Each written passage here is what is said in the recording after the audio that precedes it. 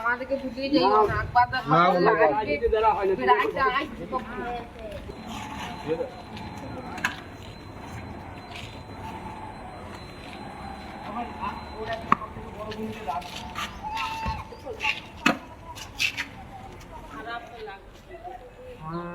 কিনা ব্যক্তিগত ছেলে দেখে ব্যক্তিগত ছেলে।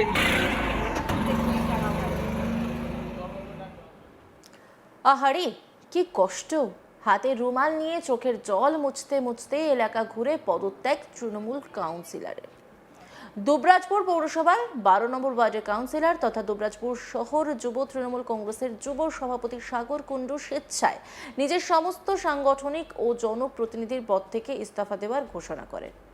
সোমবার সোশ্যাল মিডিয়ায় একটি দীর্ঘ পোস্ট করে তিনি এই সিদ্ধান্তের কথা জানান। তিনি লেখেন, আমি সাগর কুণ্ডু অত্যন্ত গুরুত্ব ও দায়িত্বের সঙ্গে জানাচ্ছি যে আজ থেকে আমি দুবরাজপুর পৌরসভার 12 নম্বর ওয়ার্ডের কাউন্সিলর পদ এবং দুবরাজপুর শহর যুব তৃণমূল কংগ্রেসের যুব সভাপতি পদ সহ সমস্ত দায়িত্ব থেকে স্বেচ্ছায় ইস্তফা দিচ্ছি। 2024-এর বিধানসভা নির্বাচনে দুবরাজপুরে 12 নম্বর ওয়ার্ডের সর্বস্তরের মানুষ তথা সামগ্রিকভাবে পশ্চিমবঙ্গের জনসাধারণ ভারতীয় জনতা পার্টির প্রতি তাদের পূর্ণ সমর্থন উজাড় করে দিয়েছে। ব্যালট বক্সে ও জনমানুষে বিজেপির প্রতি মানুষের এই বিপুল সংখ্যাগরিষ্ঠতা এবং স্পষ্ট রায় অত্যন্ত পরিষ্কার। একজন জনপ্রতিনিধি হিসেবে আমি সবসময় সাধারণ মানুষের আবেগ, তাদের মানসিকতা এবং গণতান্ত্রিক রায়কে সর্বোচ্চ সম্মান জানিয়ে এসেছি। বর্তমানে এই অঞ্চলের সিংহভাগ মানুষ যে রাজনৈতিক আদর্শ ও পরিবর্তনের পক্ষে নিজেদের রায় দিয়েছেন, একজন গণতান্ত্রিক প্রতিনিধি হিসেবে সেই জনমতকে মান্যতা দেওয়া আমি আমার নৈতিক কর্তব্য বলে মনে করি। মানুষের এই স্পষ্ট আস্থার পর বর্তমান পদে আসীন থাকা বা পুরনো রাজনৈতিক সমীকরণে যুক্ত থাকা আমার নীতি বিরুদ্ধ। আর তারপরে দুবরাজপুরে যা শুরু হয়েছে তা দেখে এলাকার চায়ের দোকানের মালিক পর্যন্ত বলছেন, দাদা রাজনীতি কম, এ তো পুরো মেগা সিরিয়াল। কেউ মোবাইল হাতে পোস্ট করছেন, কেউ আবার কমেন্ট সেকশনে ঢুকে রাজনৈতিক ভবিষ্যৎ বিশ্লেষণ করছেন এমন ভঙ্গিতে যেন রাত 8টার প্রাইম টাইম ডিবেটে ডাক পড়লেই স্টুডিওতে ছুটবেন। সাগর কুণ্ডু কাউন্সিলর কি বলছেন শুনবো। মানুষের রায়কে আমাকে মেনে নেওয়া উচিত।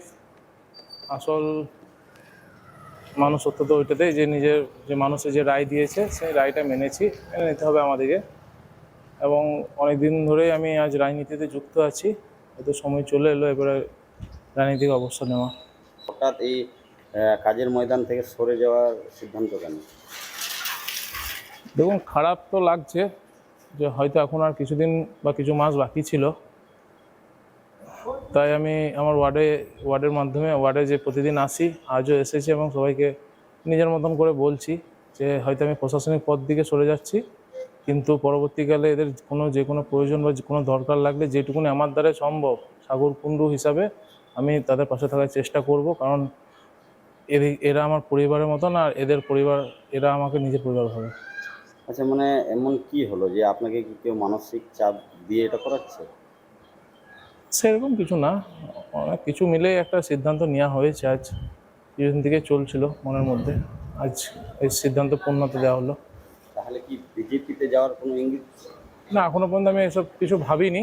এখন শুধু আমি নিজের এই সমস্ত দায়িত্ব থেকে একটু এই কাউন্সিলর পদ বা প্রশাসনিক পদ বা পার্টির পদ থেকে একটু সরে দাঁড়াতে চাই। আর সেটুকু এখনো পরবর্তীগুলো কিছু ভাবিনি আমি। উচ্চ নেতৃত্বের সাথে কোনো কথা হয়েছে এই বিষয়ে?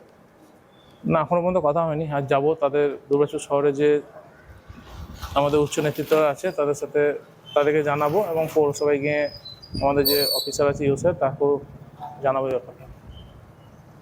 আচ্ছা, মানে জেলা নেতৃত্বের কাছে মানে এই নিয়ে কোনো আলোচনা হয়েছে? না, সেরকম কিছু হয়নি। তারা কি আপনার সাথে যোগাযোগ করেছেন? না, এখনো পর্যন্ত তাদের মধ্যে কারোর সাথে যোগাযোগ হয়নি। সোমবার সকাল থেকে দুবরাজপুরের বাতাসে যেন এক অন্যরকম আবেগ। রাস্তায় বেরোলেই কারো মুখে দীর্ঘশ্বাস, কেউ বলছেন লোকটা খুব সেন্টিমেন্টাল, আবার কেউ হেসে বলছেন এত আবেগ নিয়ে রাজনীতি করলে প্রেশার বেড়ে যাবে দাদা।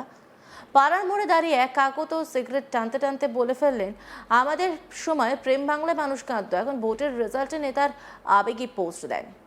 শেখ সুরজ তিনি কি বলছেন শুনবো।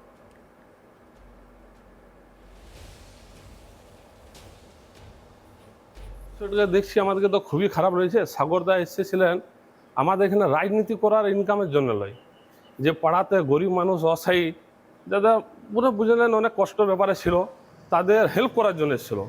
কারণ রাজনীতিতে দাঁড়ায় নাই তার আগে লকডাউনের সময় উনি কিন্তু বাড়ি বাড়িতে গিয়ে না কার কী অসুবিধা ছিল ও দেখে বেরিয়েছে। তখন রাজনীতিতে জয়েন হয় নাই, তখন কাউন্সিলর অন্যজন ছিল। তো আমাদেরকে খুবই খারাপ লাগছে। সাগরদা আমাদের নেতাদের জন্য একটা পরিবারের মতন ছিল, আমাদের খুবই খারাপ লাগছে যে একটা পদ থেকে ইস্তফা দিয়েছে। আর ইস্তফা তো আমরা জানি না, রাত্রে শুনলাম ইস্তফা দিয়েছে, তাও বাড়ি থেকে ঘুমিয়ে উঠে দেখার পর দেখছি বাড়িতে সামনে বসে আছে, যে ইস্তফা দেওয়ার পরও আমাদের পাশে সবসময় আছে এবং পাশে সবসময় থাকবে। ও তো রাজনীতি লাভের জন্য আসে নাই।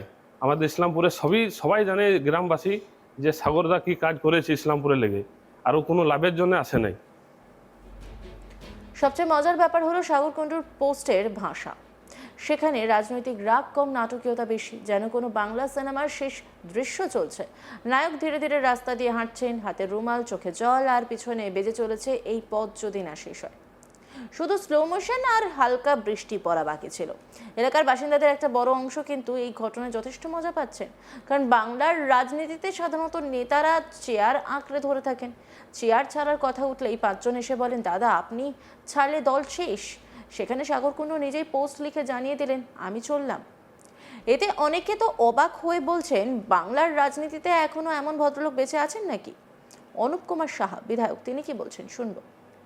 দেখুন, আমরা সোশ্যাল মিডিয়ার মাধ্যমে দেখলাম দুবরাজপুর পৌরসভার 12 নম্বর ওয়ার্ডের কাউন্সিলর সাগর কুণ্ডু তিনি নাকি তার কাউন্সিলর পদ থেকে ইস্তফা দিচ্ছেন এবং দলেরও দায়িত্ব যেটা আছে সেই দায়িত্ব থেকেও তিনি ইস্তফা দিচ্ছেন। এখন অফিসিয়ালি যতক্ষণ না তিনি ইস্তফা দিচ্ছেন আমরা কেউই জানি না ইস্তফাটা আদৌ সত্য কি মিথ্যা। কিন্তু এটা তো পরিষ্কার, যেভাবে বাংলার মানুষ পরিবর্তন নিয়ে এসেছে, এই পরিবর্তনে তৃণমূল কংগ্রেস বলে আগামী দিনে কিছু থাকবে না। কারণ তৃণমূল কংগ্রেস মানেই হচ্ছে দুর্নীতি, সীমাহীন দুর্নীতি, আর সেই সব কিছু থেকে বাঁচতে অনেকেই তাদের দলের থেকে, তাদের জনপ্রতিনিধি পদ থেকে তারা ইস্তফা দিতে চায়। কিন্তু বাংলার মানুষ তারা যেভাবে এই সরকারকে নিয়ে এসেছে, আমরা সরকারের ভূমিকায় প্রত্যেকটা মুহূর্ত পালন করব। অন্যান্য খবরে আপডেটের জন্য অবশ্যই নজর রাখুন আজ তাক বাংলার ইউটিউব স্ট্রিমিংয়ে। লাইক, কমেন্ট, শেয়ার এবং সাবস্ক্রাইব করতে ভুলবেন না।